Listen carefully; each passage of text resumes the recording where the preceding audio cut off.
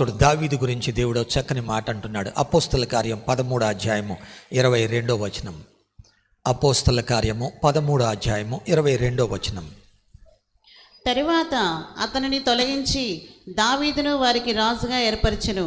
మరియు ఆయన, నేను యెషయి కుమారుడైన దావీదును కనుగొంటిని, అతడు నా ఇష్టానుసారుడైన మనుష్యుడు, అతడు నా ఉద్దేశములను నెరవేర్చునని చెప్పి అతనిని గురించి సాక్ష్యం ఇచ్చెను.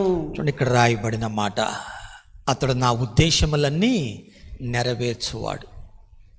అందుకే ఆ తండ్రిని సంతోషపెట్టేవారముగా, అప్పగించిన పని నమ్మకంగా చేసేవారముగా, ఆ మహోన్నతుణ్ణి కలిగి జీవించేవారముగా ఉండాలి. ఆయనకి ఇష్టానికి వేరుగా పోవద్దు, ఆయన చిత్తానికి వేరుగా పోవద్దు. ఆయన ఏమై ఉన్నాడో అందుని బట్టి, ఏ పని అప్పగించాడో ఆ పనిలో, ఏ బాధ్యత అప్పగించాడో ఆ బాధ్యతలో నమ్మకంగా ఉండాలి. నమ్మకంగా చేసినప్పుడు దేవుడు కలుగు చేసుకుంటాడు.